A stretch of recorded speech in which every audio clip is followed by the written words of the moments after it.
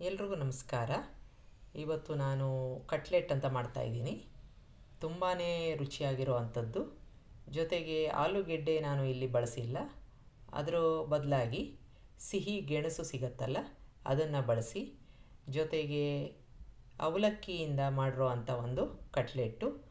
ಮಳೆ ಚೆನ್ನಾಗಿ ಬರ್ತಾಯಿದೆ.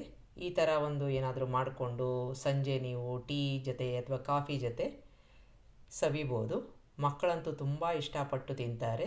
ಒಂದು ಗ್ರೀನ್ ಚಟ್ನಿ ಅಥವಾ ಸಾಸು ಯಾವುದಾದ್ರೂ ಸರಿ, ಅದ್ರ ಜೊತೆಗೆ ಇದನ್ನು ನೀವು ಸರ್ವ್ ಮಾಡ್ಬೋದು. ಹೇಗೆ ಮಾಡೋದು ಅಂತ ನೋಡೋಣ.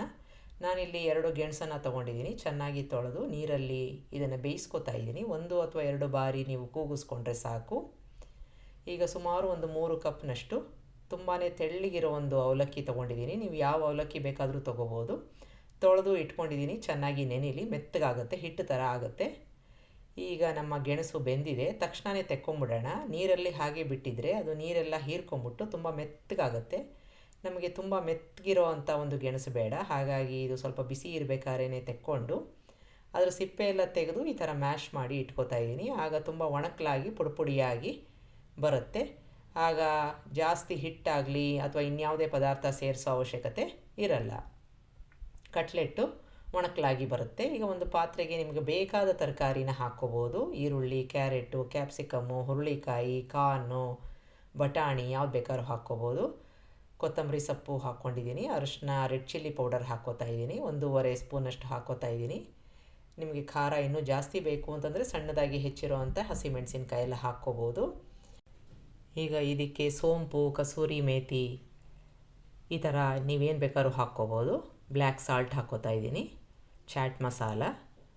ಅದರ ಜೊತೆಗೆ ನಾವು ಈಗಾಗಲೇ ಪುಡಿ ಮಾಡ್ಕೊಂಡಿರುವಂಥ ಗೆಣಸು ನೋಡಿ, ಈ ಥರ ಪುಡಿಯಾಗಿ ಒಣಕಲಾಗಿ ಇದ್ದಾಗ ಬೈಂಡಿಂಗು ಚೆನ್ನಾಗಾಗುತ್ತೆ.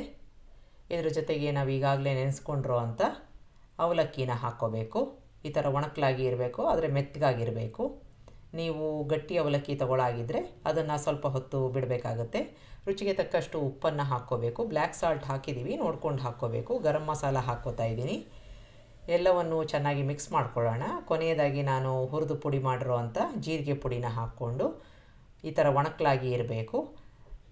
ನೀರು ಹಾಕೋಕ್ಕೆ ಹೋಗಬಾರ್ದು. ಈ ಥರ ಒಣಕಲಾಗಿದ್ದಾಗ ನಿಮ್ಮ ಕೈಗೆ ಅಂಟ್ಕೊಳ್ಳಲ್ಲ. ಸ್ವಲ್ಪ ಕೈಗೆ ಎಣ್ಣೆ ಹಚ್ಕೊಂಡು ಈ ಥರ ಒಂದು ಟಿಕ್ಕಿ ಥರ ಮಾಡಿಕೊಂಡು ಇದನ್ನು ನೀವು ಅಕ್ಕಿ ಹಿಟ್ಟು ಅಥವಾ ರವೆ, ಮೈದಾದಲ್ಲಿ ಯಾವುದ್ರಲ್ಲಿ ಬೇಕಾದರೂ ಹೊರಳಿಸ್ಕೋಬೋದು. ನಾನಿಲ್ಲಿ ರವೆ ತೊಗೊಂಡಿದ್ದೀನಿ. ಈ ರೀತಿಯಾಗಿ ಎಲ್ಲ ಸೈಡಲ್ಲೂ ಅದನ್ನು ಹೊರಳಿಸ್ಕೊಂಡು ಇದೇ ರೀತಿಯಾಗಿ ನಿಮಗೆ ಬೇಕು ಅಂತಂದರೆ ಅಕ್ಕಿ ಹಿಟ್ಟಲ್ಲಿ ಹೊರಳಿಸ್ಕೋಬೋದು, ಇಲ್ಲ ಮೈದಾ ತೊಗೊಂಡು ಅದರಲ್ಲಿ ಹೊರಳಿಸ್ಕೋಬೋದು. ಈಗ ಎಲ್ಲ ಬದಿಯಿಂದನೂ ನಾನು ಹೊರಳಿಸ್ಕೊಂಡಿದ್ದಾಗಿದೆ. ಇಲ್ಲಿ ನಾನು ಶಾಲೋ ಫ್ರೈ ಮಾಡ್ಕೋತಾ ಇದ್ದೀನಿ. ನೀವು ಬೇಕಾದರೆ ಡೀಪ್ ಫ್ರೈ ಕೂಡ ಮಾಡ್ಕೋಬೋದು. ಈಗ ಎಣ್ಣೆ ಚೆನ್ನಾಗಿ ಕಾದಿದೆ. ಸುಮಾರು ಒಂದು 4ರಿಂದ 5 ಒಟ್ಟಿಗೆ ಆಗುತ್ತೆ. ಒಂದು ಬದಿಯಲ್ಲಿ ಆಗಿದೆ ಅಂತಾದರೆ ನಿಧಾನಕ್ಕೆ ಇದನ್ನು ತಿರುಗಿಸಿ ಹಾಕ್ಕೊಂಡು ಚೆನ್ನಾಗಿ ಗರ್ಗರಿ ಆಗೋ ತನಕ ಇದನ್ನು ನೀವು ಕರಿಬೇಕು. ಈಗ ಆಗಿದೆ, ತೆಕ್ಕೊಂಬಿಡೋಣ.